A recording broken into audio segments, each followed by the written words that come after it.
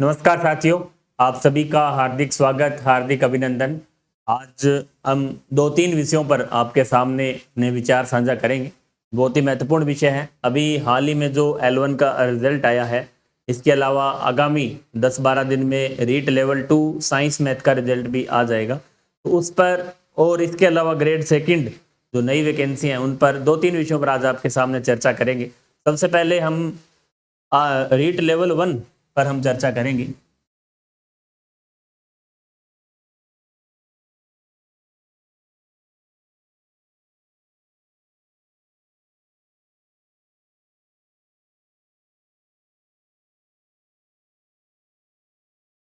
REET level 1 का जो result आया है, उस पर सबसे पहले उन सभी विद्यार्थियों को एग्जाम हेल्प सूरतगढ़ की तरफ से हार्दिक बधाई, शुभकामनाएं। और इसमें अब तक की जो सूचना है उसके अनुसार हमारे जो ऑफलाइन बैच था सूरतगढ़ में, उसमें टेस्ट सीरीज के अंदर लगभग 30 से 35 बच्चे थे। उसमें से 7 बच्चों का चयन हुआ है। ऑफलाइन बैच के अंदर 7 बच्चे सिलेक्ट हुए हैं। इसके अलावा ऑनलाइन में लगभग 20-25 बच्चे थे हमारे पास, उसमें से 3 बच्चों का चयन हुआ है। कुल मिलाकर 10 बच्चे हमारे हैं जो इसमें सेलेक्ट हुए।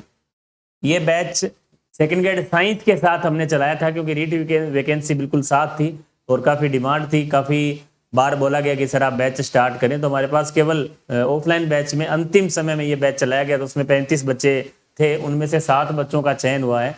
और जो टेस्ट सीरीज थी वास्तव में बहुत ही शानदार तरीके से स्टार्ट की गई। उसमें जो जीके वाला पार्ट था, काफ़ी प्रश्न सेम टू सेम भी उसी तरीके से पूछे गए जो पेपर में हमने डाले थे। और इस समय काफ़ी बार बच्चों ने बोला भी सर पेपर में जो प्रश्न है वो काफ़ी इजी है, आप इसको बढ़ाएं। तो हमने उनको ये बोला कि पेपर का जो पैटर्न है इसी तरीके से रहेगा। और वास्तव में सेम दिनेश बोर्ड का जो पेपर था वो बिल्कुल वास्तविक जो प्रिंट आउट आप बोल सकते हैं, जिस तरीके से हमने पेपर का पैटर्न सेट किया था टेस्ट सीरीज के अंदर, सेम वैसा रहा। जो विद्यार्थी जुड़े हुए थे उनको अच्छा फायदा हुआ। और कल से लगातार आपके जो मैसेज प्राप्त हो रहे हैं, मुझे भी बहुत खुशी हुई कि एग्जाम हेल्प सूरतगढ़ से ऑफलाइन बैच के 7 बच्चों का चयन हुआ, जिसमें तमाम दूर दूर से, जैसे बाड़मेर से भी थे अभिषेक चारण, जिनका सिलेक्शन हुआ। उनके काफ़ी अच्छे नंबर, अच्छे रैंक से उनका चयन होगा। और अभी आगे आने वाले कुछ दिनों में हम आपका इंटरव्यू भी करवाएंगे उनसे, जिन साथियों का चयन हुआ है, ताकि आपको भी उस रणनीति का फायदा हो, जिससे आप तैयारी कर सकें। आगे आने वाली वैकेंसीज है उसमें आपको फायदा होगा।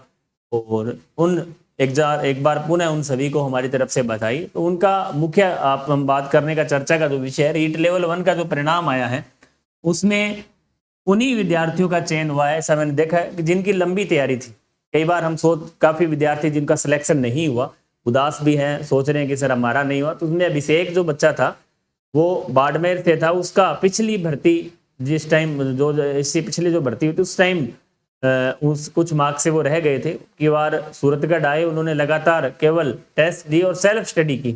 आज सुबह फोन पर भी बात हुई थी उनसे, बहुत खुश नजर आए कि सर मैं वास्तव में सही मौके पर वहां पहुंचा और मैंने तैयारी की। और उन्होंने भी अपनी जो सफलता का श्रेय है सेल्फ स्टडी को दिया, कि आप जब तक खुद नहीं पढ़ेंगे तब तक आपका सिलेक्शन नहीं होगा।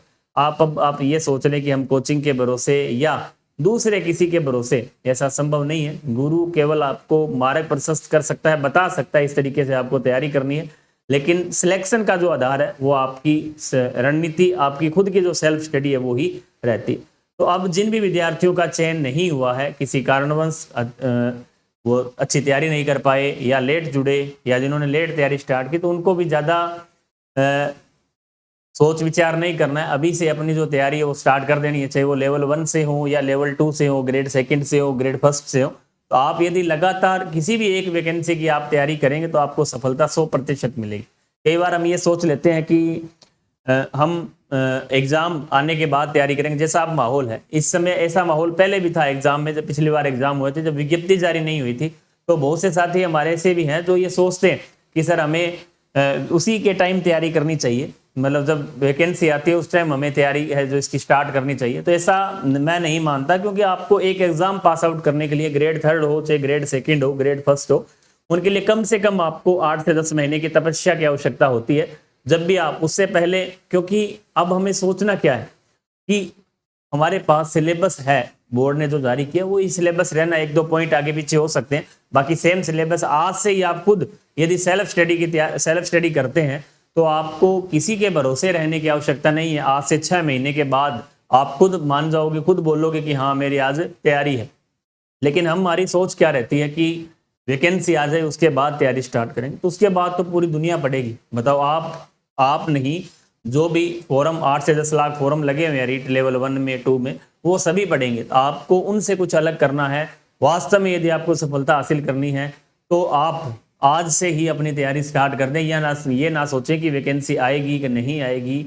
आएगी, जरूर आएगी, वैकेंसी कभी आए, लेकिन हम तैयार रहने चाहिए। यदि आप वैकेंसी आने के बाद तैयारी स्टार्ट कर रहे हैं तो आप बहुत लेट हो चुके होते हैं, क्योंकि उस समय तक बहुत से जो साथी पढ़ने वाले जो विद्यार्थी हैं वो उस समय तक 2 से 3 बार सिलेबस को कवर कर चुके होते हैं। और हम जब सिलेबस इतना बड़ा है, 1 से 2 बार सिलेबस को निकालते हैं, उसमें समय भी लगता है।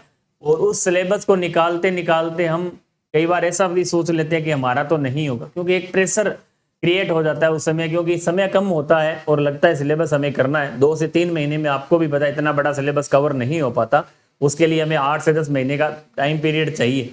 तो आप उसी समय से अपनी जो तैयारी है आज से ही ऐसा मानकर स्टार्ट कर दें। जैसे ही कल रिजल्ट आया है, तो कल मैं बाहर था तो उस कारण वीडियो नहीं डाल पाया, तो उन सभी विद्यार्थियों के लिए मैंने आज का वीडियो जो बनाने का उद्देश्य है, जो विद्यार्थी इस परीक्षा में सफल नहीं हो पाए या वो कुछ मार्क्स से, बहुत से ऐसे साथी थे जिनका 2 गुना में हो रखा था, 1 गुना में नहीं हुआ, तो उनको भी, उनकी तो वैसे भी देखो, यदि वो लोग जो 2 गुना में सिलेक्ट है, इसका मतलब वो उन लाखों विद्यार्थियों से आगे हैं। इसका मतलब तैयारी तो थी उनकी, लेकिन कुछ गलतियों के कारण, जैसे कई बार हमारे में नेगेटिव मार्किंग का जो अब की बार नया प्रावधान रीट में हुआ था, उसके कारण भी प्रभावित हो सकते हैं। पेपर का लेवल, पेपर पैटर्न समझने में भी हमें दिक्कत आती है।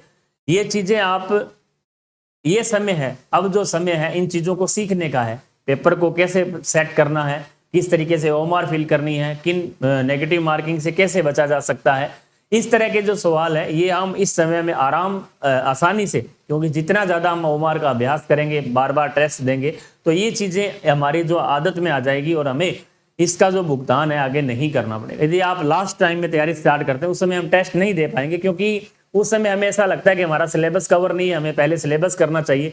और अब यदि सिलेबस हमारा कवर हो जाता है तो उस समय हमारे पास केवल समय बचता है तैयारी का और केवल टेस्ट का। हम बार बार टेस्ट दे सकते हैं, तो आपको भी ज्यादा टेंशन नहीं लेनी है। केवल आगे की जो परीक्षाएं हैं, आज से अपना जो टाइम टेबल बना के स्टार्ट कर दें। उन साथियों से आप पूछ सकते हैं जिन साथियों का चयन हुआ है, हम भी आगे इंटरव्यू के माध्यम से आपसे प्रेरक मुलाकात के रूप में उनसे बात करेंगे, तो आपको वो जरूर बताएंगे उनकी क्या रणनीति रही है। और लगातार हम भी आपसे जुड़े हुए हैं, प्रयास रहता है कि छोटी छोटी बातें हैं, हालांकि सिलेक्शन की तुलना में यदि आपकी रणनीति सही है, आप सही तरीके से, सही गाइडेंस में, सही मार्गदर्शन में पढ़ रहे हैं, तो आपका सिलेक्शन आसान है। यदि आप चाहे पढ़ो, आप कम पढ़ो, लेकिन सही पढ़ो और सही मार्गदर्शक के रूप में पढ़ो आप, ये उसको आपको ज्यादा बेनिफिट होगा। यदि आपका मार्गदर्शक सही है और आपको सही रणनीति पता है एग्जाम तैयारी करने की, तो आपको ज्यादा समय नहीं लगता उस तैयारी के दौरान। लेकिन कई बार हम बहुत ज्यादा भी पढ़ लेते हैं, वो भी हमारे लिए नुकसानदायक है। इतना ज्यादा भी हमें नहीं पढ़ना है और इतना बड़ा सिलेबस भी नहीं है कि हम उसको कवर नहीं कर सकते। तो ये थी आज के रीट लेवल 1 पर हमने बात की। इसके अलावा इसके साथ साथ रीट लेवल 2 के जो साथी हैं वो भी बार बार पूछ रहे हैं कि सर इसकी जो मेरिट है वो कहीं ना कहीं ज्यादा गई है, तो क्या रीट लेवल 2 की मेरिट में भी इतनी बढ़ोतरी हो सकती है? देखो, ये बात की बातें हैं, बोर्ड पर डिपेंड है क्या मेरिट रहेगी, लेकिन हमारा तो एक अनुमान है। जिस तरीके से पेपर को देखते हुए हमने आपको बताया था कि 2 गुना के बाद लगभग 7 से लेकर 10 नंबर तक बढ़ सकती है। हो सकता है 7 बढ़े, 8 बढ़े, इससे कम भी बढ़ सकती है। लेकिन अब इसकी तुलना आप रीट लेवल 1 और रीट लेवल 2 से इसकी तुलना नहीं कर सकते। ये वैकेंसी अलग है, उनका पेपर ही अलग है, सिलेबस भी काफी अलग है और पदों की संख्या, पासिंग भी यहाँ ज्यादा हुए हैं, यहाँ विद्यार्थी कम है। इन बहुत सी चीजों का फर्क पड़ता है। अब ऐसा तो आप सेकंड ग्रेड से तुलना थोड़ी कर सकते हैं इसकी। सेकंड ग्रेड के तो साइंस की जैसे मेरिट 200, अभी 2 मान लो, 1 मान कर चलो, 210 से 212 है, तो इससे तुलना थोड़ी, एक एग्जाम की तुलना आप दूसरे एग्जाम से मेरिट से नहीं कर सकते। ऐसा तो फर्स्ट ग्रेड को रिजल्ट आएगा, आप कहोगे सर एक की तो 168 गई है, दूसरे की 250 गई है, पॉलिटिकल की तो 200 ही गई है। वो अलग अलग चीजें हैं। आप एक एग्जाम से दूसरे एग्जाम की तुलना बिल्कुल भी नहीं कर सकते, ना एक सब्जेक्ट से आप दूसरे सब्जेक्ट के रूप में अनुमान लगा सकते हैं। तो वो एक अलग तथ्य है। हालांकि आने वाले 5-7 दिन में भी, आने वाले 10 दिन मान लो आप, ज्यादा से ज्यादा रिजल्ट आ जाएगा। इसी के साथ ग्रेड सेकंड का जो रिजल्ट आया है एसएसटी का 2 गुना का, उन साथियों को भी हमारी तरफ से बहुत बहुत शुभकामनाएं, बधाई। और इसके अलावा हिंदी विषय का भी आने वाले 4-5 दिन में जारी होगा। ये तमाम सवाल हैं लगातार जो पूछे जा रहे हैं। और रीट लेवल 2 की यदि हम बात करें, तमाम विषयों की एसएसटी हो चाहे साइंस हो, उनकी जो मेरिट आपको बताई गई है उसके अनुरूप ही रहने की संभावना है कि आप एक बार थोड़ी सी शांति और धैर्य बनाए रखें। आने वाले 5-7 दिन में, 10 दिन में जो भी रिजल्ट आएगा तो आपके सामने होगा। और हमने पूरी कोशिश की कि एग्जाम से पहले भी, एग्जाम के बाद भी जो साथी थे उनसे बात करके कि उनका जो रिजल्ट है क्या रहा है, कितने मार्क्स बन रहे, उसके आधार पर आपको बताया था। और लगभग वहीं तक रहने का जो कयास है हमारी तरफ से लगाया गया है।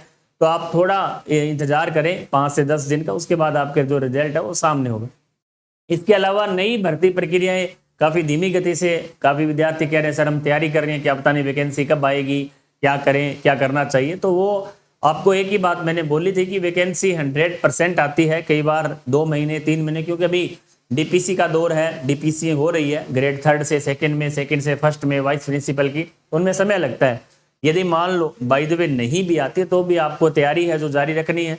यदि आप लगातार तैयारी जारी रखेंगे, वैकेंसी चाहे कब भी आए तब ही आपको सफलता मिलेगी। अन्यथा आप यदि आज तैयारी छोड़ देते हैं, आप सोचो भी वैकेंसी 2024 में आएगी, हम 2024 में तैयारी करेंगे, तो आपका जो पढ़ा हुआ है, आज तक का जो पढ़ा हुआ है वो बिल्कुल जीरो हो जाएगा। आप उसका काफी बड़ा नुकसान हमें होता है। यदि आप मान लो वैकेंसी नहीं भी आती है तो भी आप उस चीज को 2 से 4 घंटे डेली दें।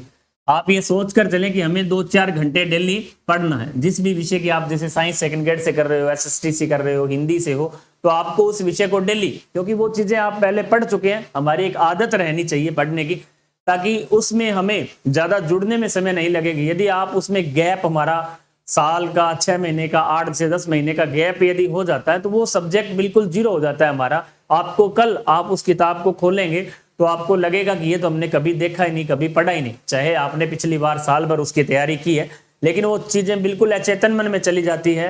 उनको आपको केवल रिवाइज करते रहना है। जब तक आपको लग रहा है कि वैकेंसी समय पर नहीं है, लेट आ रही है, तो आप कम सही लेकिन पढ़ें लगातार, और लगातार उसका है जो अभ्यास करें, ताकि आप वो चीजें अंतिम समय में आपके लिए वो एक बड़ा डरावना विषय बन जाता है कि इतना बड़ा सिलेबस होगा कैसे। ये कंडीशन जब आती है जब हम उस विषय को बिल्कुल छोड़ देते हैं, और छोड़ने का नुकसान आपको पता है कि आप उस विषय से दूर चले जाएंगे, तो आपको आने वाले जो समय में वैकेंसी आएगी उसका नुकसान आपको देखने को मिलेगा। तो आप उन चीजों को कम पढ़ें, लेकिन पढ़ें जरूर, थोड़ा थोड़ा ही सही पढ़ें।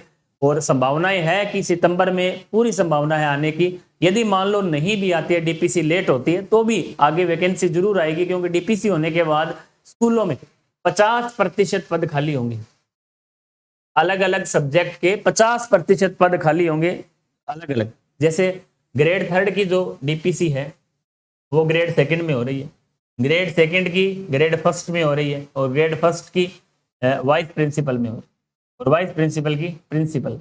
तो आप ये सोचकर चलें, ये जो सभी डीपीसी, पिछले 3 डीपीसी 2020, 21, 22, 23 की 3 डीपीसी होंगी, तो काफी संख्या में पद खाली होंगे। उन पदों को भरना ही पड़ेगा, तो उनके लिए वैकेंसी जरूर आएगी। आप जिस भी सब्जेक्ट की तैयारी कर रहे हैं, जिस भी ग्रेड की तैयारी कर रहे हैं, उसमें लगातार जारी रखें, उसमें गैप नहीं देना है। इसके अलावा एक टेस्ट सीरीज की जो सूचना थी, लगातार आपके कॉल मैसेज आ रहे थे कि सर टेस्ट सीरीज की पूरी यदि हम बात करें तो 15 सितंबर के बाद, 15 सितंबर के बाद हम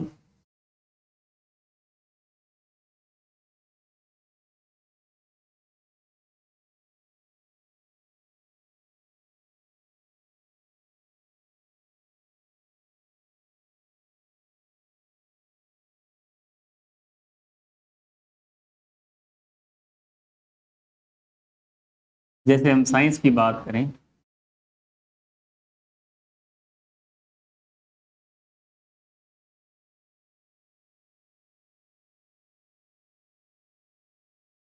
पंद्रह सितंबर के बाद हम एक बैच टेस्ट सीरीज का संभावना है शुरू होने की, जिसमें साइंस विषय के साथ साथ जीके वाला पार्ट प्लस साइंस दोनों का शुरू होगा।